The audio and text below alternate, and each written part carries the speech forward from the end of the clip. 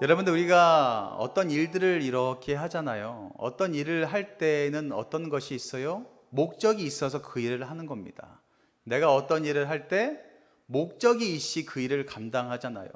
어떤 목적이 없이 일을 감당하는 경우는 전혀 없습니다. 우리가 이 교회 주변에, 저희 교회 주변에 이 가꾸는 것, 꽃을 심고 풀을 뜯고 하는 목적이 뭐예요? 이쁘라고, 하나님의 성전이 아름다우라고, 그리고 교회를 드나드는 사람이 그것을 보고 기쁘라고, 우리가 그렇게 목적을 가지고 열심을 다해서 하고 있지 않습니까? 그 결과가 어때요? 너무 아름답죠. 저는 이 교회를 주변을 돌 때마다 너무 뿌듯해요. 야, 이 황무지와 같던 이 곳이 이렇게 많은 꽃들이 피는 것을 보면 너무나 마음이 좋거든요. 또한 이 옆을 가면 어때요? 아스팔트 그 길을 볼 때마다, 야, 장로님과 권사님들이 새벽마다 그렇게 앉아서 풀을 뽑으시더니, 야, 이렇게 깨끗했네. 볼 때마다 너무나 그 헌신과 사랑에 가슴이 뭉클하게 다가올 때가 있습니다. 뭐예요? 다 목적이 있어서 그 일을 힘들고 어렵지만 감당을 합니다. 오늘 말씀에도 보면 누가 나오고 계세요? 예수님에 대한 탄생의 이야기가 나오고 있어요. 예수님께서 하늘에서 하나님 옆에 편안하게 계시면 되는데 왜 이 땅 가운데 오셨을까요? 예수님께서 낮고 천한 모습으로 이 땅 가운데 오신 이유가 무엇일까요?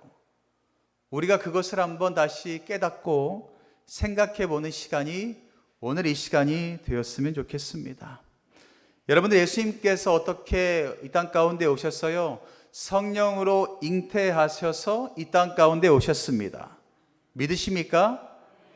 이것은 믿으셔야 되는 겁니다. 여러분들, 의심하면 안 돼요.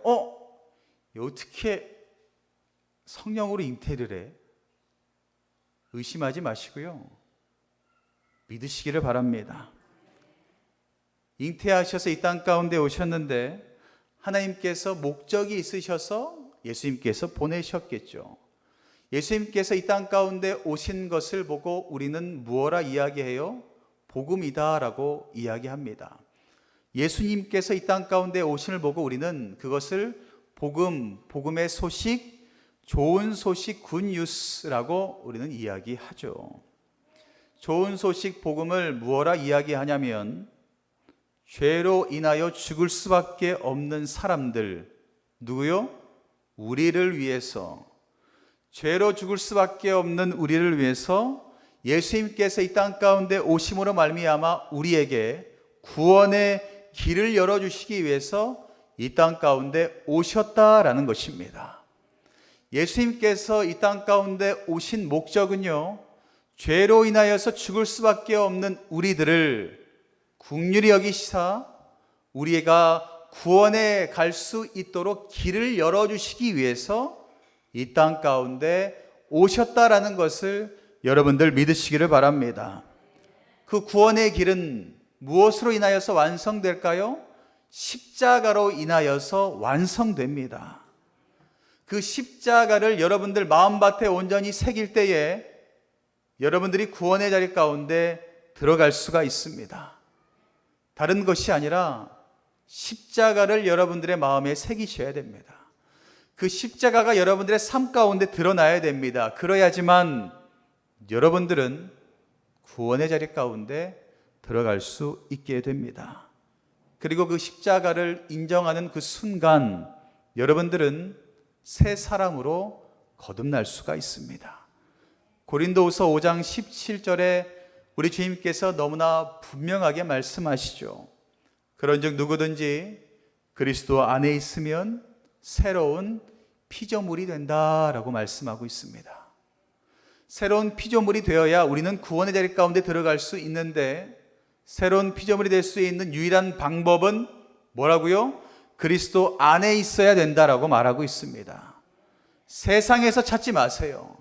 세상에서 방법을 찾으려고 하지 마시고 새로운 피조물이 되는 유일한 방법은 그리스도 안에 있습니다.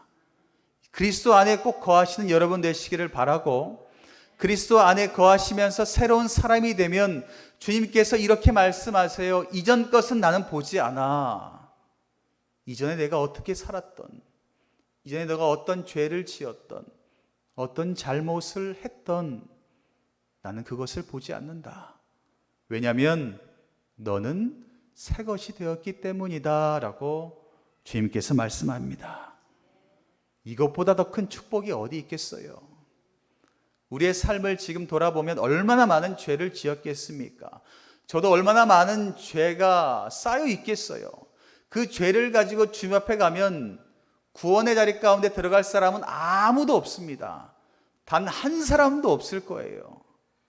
그런데 주님께서 길을 열어주셔서, 주님께서 이전 것을 보지 않으시고 우리를 새로운 사람으로 거듭나게 하여 주심으로 말미암아 주님 품 가운데 구원의 자리 가운데 들어갈 수 있으니 우리가 예수님을 올바로 믿어야 되지 않겠습니까?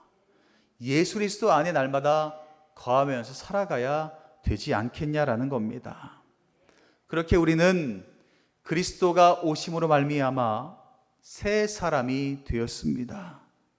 그렇게 새 사람의 옷을 입혀주시면서 또 목적이 있으시겠죠. 죄인으로 그냥 살다 죽으며 될 인생을 포기하지 않으시고 새 사람의 옷을 입혀주신 목적이 있겠죠. 그것이 무엇이냐면 레위기 11장 45절에 주님께서 우리가 이렇게 좀 살았으면 좋겠다라고 말씀하세요. 뭐라고 말씀하세요? 내가 거룩하니 너희도 거룩할지어다 라고 말씀합니다. 우리 주님께서는요, 거룩하신 분이세요.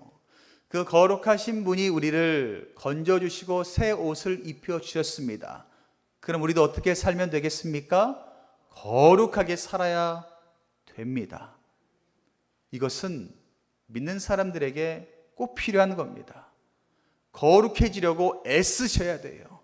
내가 가지고 있는 쓴뿌리를 내어놓기 위해서 애쓰셔야 돼요. 내가 참지 못하는 것이 있으면 참으려고 애쓰셔야죠. 내가 죄 가운데 서 있다면 죄에서 벗어나려고 발버둥을 치셔야 됩니다. 그래야지만 우리는 거룩해질 수가 있습니다. 죄로 오염된 우리들은 절대로 거룩해질 수가 없어요. 나 스스로 거룩해질 수 있는 방법은 찾아볼 수가 없습니다. 여러분들, 거룩이라는 단어의 의미가 뭐냐면 구별됨이에요. 구별된다. 구별된다. 내가 세상에 살아가고 있지만 세상 사람들과는 다른 구별된 사람의 모습을 사는 것을 거룩함이라고 이야기합니다. 여러분들 그렇게 살아가고 계세요? 세상 가운데 거룩하게 살아가고 있으세요? 구별되이 살아가고 있으십니까? 저는 이런 말을 좀 들었으면 좋겠어요. 우리 모든 성도님들이 세상 가운데 살아가면서 세상 사람들에게 이런 손가락질을 좀 받았으면 좋겠어요. 야, 저 예수쟁이. 야, 정말 저 사람 예수 없이는 못 사는구나. 야, 저 사람 정말 하나님 없이는 못 사는구나. 이런 거룩한 손가락질을 좀 당했으면 좋겠어요. 저도요, 사람들이 저를 보고 그렇게 손가락질하면 저는 두 팔 벌려 환영할 것 같아요. 야, 주님, 제가 진짜 이렇게 살았나 봅니다. 야, 이렇게 죄 가운데 빠져 살던 나를 하나님께서 건져주시고 거룩해져야 라고 말씀하셨는데 제가 정말 그렇게 살았나 봅니다. 믿지 않는 사람들이 저를 손가락질하며 예수쟁이라고 하네요. 하나님 없이 못 사는 사람이라고 이야기하네요. 얼마나 뿌듯하겠어요. 전 여러분들이 세상에서 이런 소리를 꼭 좀 들었으면 좋겠습니다. 우리 자체가 죄로 물들었기 때문에, 또한 그 죄 가운데 살아가기 때문에 우리는 어쩜 죄를 짓지 않고 살 수 있는 사람은 한 사람도 없을 겁니다. 그 모습을 보고 다윗은 이렇게 고백해요. 시편 14편 1절과 3절 말씀 하나씩 보면 이렇게 이야기합니다. 어리석은 자는 그의 마음에 이르기를 하나님이 없다라고 말해요. 그리고 뭐라고 이야기합니까? 그들은 부패하고 그 행실이 가증하니 선을 행하는 자가 없다라고 말합니다. 세상은 이러합니다. 어리석은 자가 많고요. 하나님이 없다라고 이야기하는 사람들이 너무나 많아요. 그리고 선을 행하는 사람도 아무도 없습니다. 그 세상을 보시면서 2절에 여호와께서 하늘에서 굽어 살피사 하늘에서 이렇게 세상을 바라보신대요. 바라보는데 뭐라고 말씀해요? 하나님을 찾는 자가 있는가 이렇게 봤더니 3절에 더러운 자가 되고 선을 행하는 자가 하나도 없었다라고 말합니다. 하나님께서 세상을 창조하셨는데 다 모든 것들을 만드시고 지으시고 인도해 가시는데 때가 되어 이 땅을 이렇게 바라보았더니 그 처음 만든 그대로 살아가는 사람들이 한 사람도 없다. 한탄하십니다. 이 하나님의 한탄이 여러분들 들리시기를 간절히 바랍니다. 그 한탄을 보시면서 하나님께서는 결단하셨어요. 이대로 두면 안 되겠다. 이대로 두면 세상의 모든 사람들이, 내가 사랑하는 모든 사람들이 죽을 수밖에 없겠구나라는 것을 기억하시고 이 땅 가운데 자신이 너무나 사랑한 독생자 예수 그리스도를 보내주셨다라는 것입니다. 이것이 바로 우리가 받은 은혜입니다. 우리 힘으로는요, 거룩하게 살 수 없고 우리 힘으로는 하나님을 기쁘시게 할 수도 없습니다. 그래서 하나님께서는 그 인생을 돌아보시고 불쌍히 여기사 거룩하게 살 수 있는 방법을 우리에게 허락하여 주십니다. 하나님께서 거룩하니 우리도 거룩해져라 라고 말씀하셨으니 그러면 우리가 거룩해질 수 있는 방법을 알아야 되지 않겠어요? 그러기 위해서 하나님께서 이 땅 가운데 거룩해질 수 있는 방법을 우리에게 알려주십니다. 그 방법이 뭐냐? 바로 그리스도 안에 있는 겁니다. 예수 그리스도를 온전히 믿는 것입니다. 여러분들 예수님이라는 단어를 소홀히 여기지 마시기 바랍니다. 예수 그리스도라는 그 단어 안에 생명이 있습니다. 예수 그리스도라는 그 단어 안에 여러분들 구원이 있습니다. 그런데 요즘 예수님의 그 이름을 너무나 하찮게 여깁니다. 아무렇지도 않게 여겨요. 그 예수님 믿는 것이 얼마나 소중하고 얼마나 중요한데 그것을 하찮게 여기는 목회자들, 믿음의 사람들 너무나 많이 있습니다. 여러분들 여기서 우리가 한번 살펴볼 것이 무엇이냐면 그러면 주님께서 우리를 어떻게 변화시키시냐라는 것입니다. 주님께서 우리를 어떻게 변화시키시느냐, 어떻게 우리를 죄에서 분리시키셔서 거룩한 인생, 하나님이 기뻐하시는 인생을 살아갈 수 있도록 만들어주시냐라는 것입니다. 이 비밀이 바로 오늘 말씀 가운데 나오고 있습니다. 하나님께서 우리를 죄에서 분리시켜 주시고 거룩한 인생, 하나님이 기뻐하시는 인생을 만들어주시는 그 비밀이 오늘 말씀 가운데 나와 있는데 1장 23절 말씀입니다. 우리 말씀을 한 목소리로 함께 읽겠습니다. 보라, 처녀가 잉태하여 아들을 낳을 것이요 그의 이름은 임마누엘이라 하리라 하셨으니 이를 번역한즉 하나님이 우리와 함께 계시다 함이다. 아멘. 여기에서 여러분들 마음 가운데 탁 들어오는 한 단어 있으세요? 있으셔야 돼요. 임마누엘입니다. 하나님께서 여러분들을 죄에서 분리시켜 주시고 거룩하게 살아가고 하나님을 기쁘시게 하는 인생이 될 수 있도록 변화시켜 주시는 한 단어는 임마누엘입니다. 우리를 변화시켜 주시는 다른 방법이 있는 것이 아니라 뭐라고요? 주님이 우리와 함께 하여 주신다라는 겁니다. 주님께서 우리와 날마다 함께 하여 주셔서 우리를 죄에서 분리시켜 주신대요. 주님께서 우리와 날마다 함께 하여 주셔서 우리를 거룩하게 하여 주신다라고 합니다. 주님께서 날마다 우리와 함께하여 주셔서 우리를 하나님이 기뻐하시는 인생으로 만들어 주신다라고 말씀하고 있습니다. 이것보다 확실한 방법이 어디 있겠습니까? 그러면 우리는 어떻게 하면 되겠어요? 주님과 함께 하시면 돼요. 주님이 내 안에 거하실 수 있도록 열어주시면 됩니다. 여러분들이 가지고 있는 우상들을 내어놓으시기를 간절히 바랍니다. 여러분들의 가득 채워져 있는 그 우상들을 하나하나 내어놓고 그 자리 가운데 주님을 모시세요. 그러면 임마누엘의 축복이 여러분들에게 임합니다. 그 하나님을 여러분들 마음 가운데 모시려면 그럼 무엇이 필요할까요? 사도 바울은 말해요. 자기 부인이 필요하다. 나를 부인하는 것이 필요하다라고 말하고 있습니다. 그 자기 부인이 뭐냐면 로마서 6장 6절에 나와 있는 말씀이에요.